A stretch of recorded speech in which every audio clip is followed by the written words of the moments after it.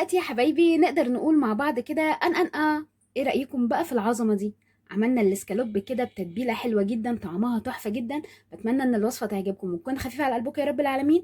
يلا بينا بسرعة ندخل نشوف كده العظمة دي عملناها ازاي. بس اهم حاجة وقبل اي حاجة يا ريت ما تنسونيش باللايك وشير وسبسكرايب للقناة عشان يوصلك كل جديد، وكومنت ظريف كده عشان ده اللي هيرفع معانا الفيديو بإذن الله. يلا بينا نشوف كده عملناها ازاي. السلام عليكم ورحمة الله وبركاته. اللهم صل وسلم وبارك على سيدنا محمد وعلى آله وصحبه أجمعين. ازيكم حبايبي عاملين ايه؟ النهارده هنعمل مع بعض كده، طبعا احنا شايفين كده هنعمل مع بعض كده الاسكالوب بانيه البوفتيك بطريقه حلوه جدا. طبعا اهم حاجه ان الاسكالوب معانا يبقى حاجه رقيقه كده خالص، نختارها كده من عرق الفليتو كده، حاجه كده تحفه. يلا بينا كده نشوف احنا هنجهز ايه معانا في التتبيله بتاعتنا. هنعملها حاجه بسيطه قوي وخفيفه عشان نحس بطعم اللحمه بتاعتنا. بتمنى ان الوصفه تعجبكم وتكون خفيفه على قلبكم يا رب العالمين. بس اهم حاجه وقبل اي حاجه يا ريت ما تنسونيش باللايك وشير وسبسكرايب للقناه عشان يوصلك كل جديد. ويلا بينا نشوف هنعمل مع بعض التتبيله ازاي. ومعانا اول حاجه كده هنقطع البصلايه بتاعتنا كده علشان خاطر ما تعملش معانا السكينه بتاعه الكبه بتاعتنا.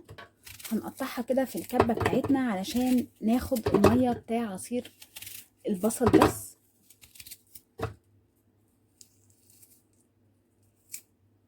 وخلاص كده قطعناها. هنحط طماطمايه كمان. قرن الفلفل القمر ده طبعا هنحطه، طبعا لو مش عايزينه هو طبعا مش هيبقى سبايسي قوي لان هو قرن صغير. وطبعا مش هنحط شطه ولا فلفل اسود، وهنحط الطماطمايه كمان. وبعد ما حطينا الطماطم والبصل والفلفل هنضرب كده. وعندي كمان جزر كنت حطاه في الفريزر، هنطلع منه واحدايه ونحطها معاهم علشان خاطر احنا عايزين ليها طعمها تبقى حلوه كده بالتوابل بتاعتنا بالخضار بتاعنا، لان احنا مش هنحط لها توابل كتير عشان نحس بطعم اللحمه معانا. ودلوقتي هنحط الجزرايه كده، طبعا كانت في الفريزر، وهنبدأ فرم الحاجات دي كده كلها مع بعضها. هنعمل احلى تتبيله للسكالوب بتاعنا، بجد هتبقى طعمها تحفه جدا جدا باذن الله تعالى.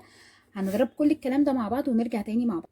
وهنا كده يا حبايبي بعد ما خلاص كده ضربنا الخضار كله مع بعض وخدنا الميه بتاعته بس كده، وشلنا الخضار بتاعنا كده نتبل بيها بقى فرخه، نتبل بيها. وهنا كده بقى يا حبايبي هنبدأ بقى نحط لها التوابل بتاعتنا. والتوابل بتاعتنا عبارة عن شوية كده من الملح، وشوية كده من بهارات الاسكالوب، ودي بتلاقوها يا في البهارات اللي هي متعبية جاهزة، يا إما عند العطار تقولي له عايزة بهارات اسكالوب، وهنرشها كده. ومش هنحط أي حاجة تاني معاها إلا حبة صغيرة من الكمون. هنحط معلقة واحدة كده من الكمون، بس ما نكترش منها عشان ما تمررش معانا. ودلوقتي هنبدأ بقى ان احنا نكسر عليها بضايه كده. حابه ان انتي تحطي توم باودر بصل باودر مفيش اي مشكله، حطي معاهم علشان خاطر دي النكهات اللي انتي بتفضليها وتحبيها، مش مشكله خالص حطي معاهم. هنبدأ كده نضرب كده التوابل بتاعتنا كده كلها مع بعضها، وكده القوام بتاعنا هيبقى تقيل معانا. بس عايزين حاجه كده تمسك في الكفر بتاع اللحمه معانا. هنفضل نضرب فيها كده كويس او بالمضرب اليدوي. خلاص بصوا كده القوام بتاعها تقيل شويه، بس احنا عايزين نتقلها شويه كمان عن كده علشان خاطر تبقى القوام بتاعها تقيل كده على اللحمه، ما تاخدهاش كده وتنزل من البقسماط. وهنا كده يا حبايبي هنبدأ ننزل كده بنص كوباية من الدقيق، وهننزل عليها تدريجيا كده واحدة واحدة علشان القوام معانا لا يبقى تقيل قوي ولا يبقى خفيف قوي. وهنبدأ نضرب كل الكلام ده كده مع بعض علشان نعمل الخليط اللي احنا عملناه ده كده ماتشنج كده، كل الحاجات دي كده مع بعض علشان خاطر ناخد احسن قوام معانا، علشان خاطر تبقى في حتة الاسكالوب كده التتبيلة تبقى طعمها تحفة.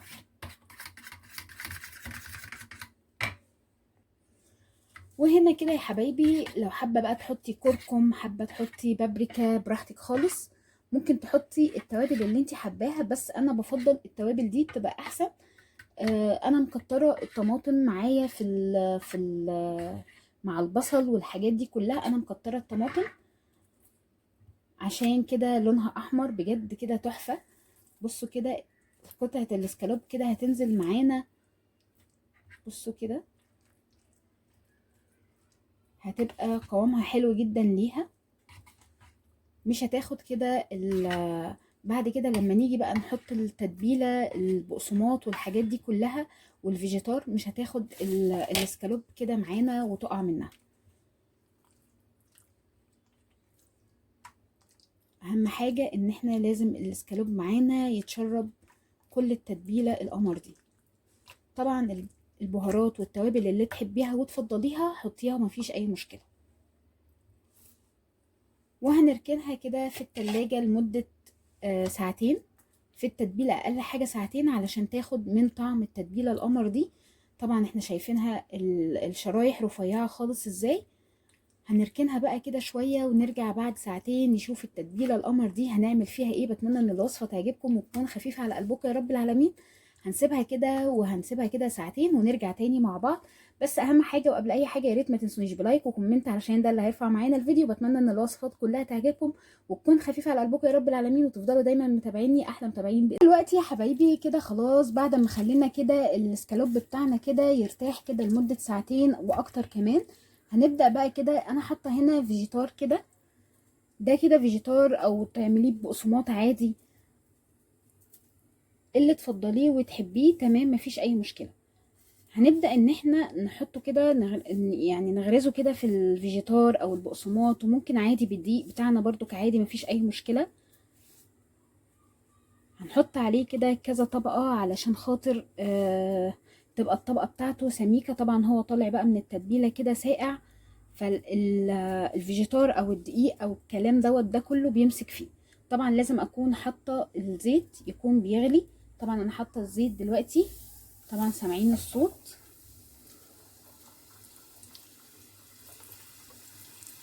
هنعمل كده طبعا احنا سامعين كده صوت الزيت بتاعنا كان لازم يكون بيغلي. هنبدأ نعمل بقى كده كل الكمية معانا بنفس الطريقة كده،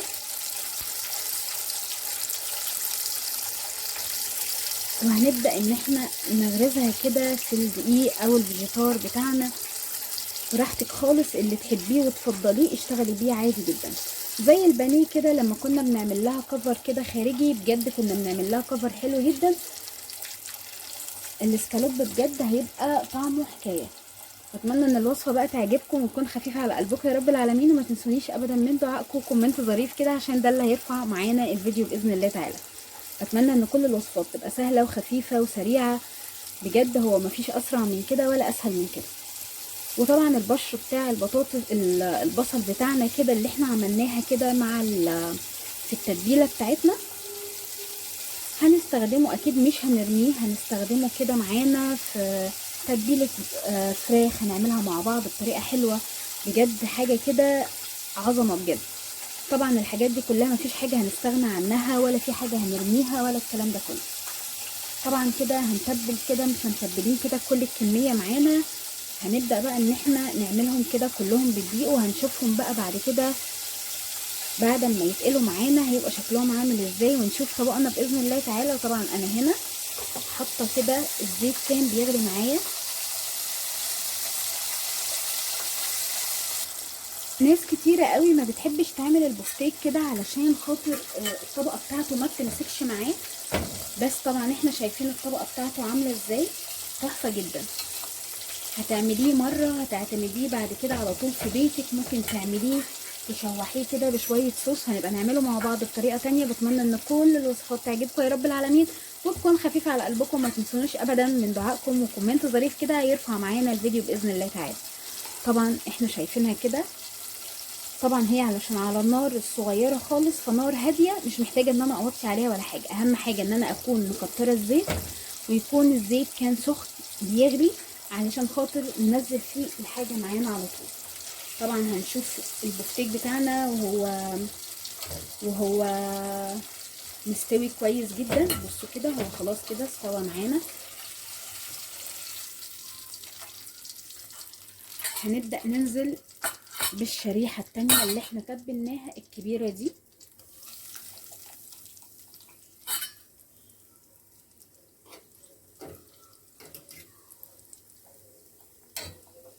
وهنسيبها كده في الزيت ونشوف كل الشكل اللي معانا هيبقى عامل ازاي. بتمنى ان كل الوصفات تعجبكم، خليكم معانا بقى للاخر نخلص كل الكميه اللي معانا ونرجع تاني باذن الله تعالى. طبعا احنا شايفينه كده، بصوا تحفه جدا وطري مش ناشف ولا اي حاجه. اهم حاجه ان الشرايح بتاعتنا تبقى رفيعه، بجد تحفه جدا في الاكل. اتمنى ان كل الوصفات تعجبكم. هنكمل كل الحاجات بقى بتاعتنا كده، نكمل كل الحاجات اللي معانا ونرجع تاني مع بعض نشوف طبقنا هيبقى شكله ازاي. اتمنى ان كل الوصفات تعجبكم. ما تنسوناش ابدا من دعائكم وكومنت ظريف كده عشان ده يرفع معانا الفيديو باذن الله تعالى. دلوقتي يا حبايبي جهزنا معاكم كده الاسكالوب بتاعنا بطريقه حلوه جدا وبتتبيله خفيفه وما يكونش تقيل ولا اي حاجه، وكل اولادنا بيحبوا الاكله دي. بجد سريعه جدا وسهله. بصوا كده السكينه بتقطعها معانا بكل سهوله، مستوي خالص.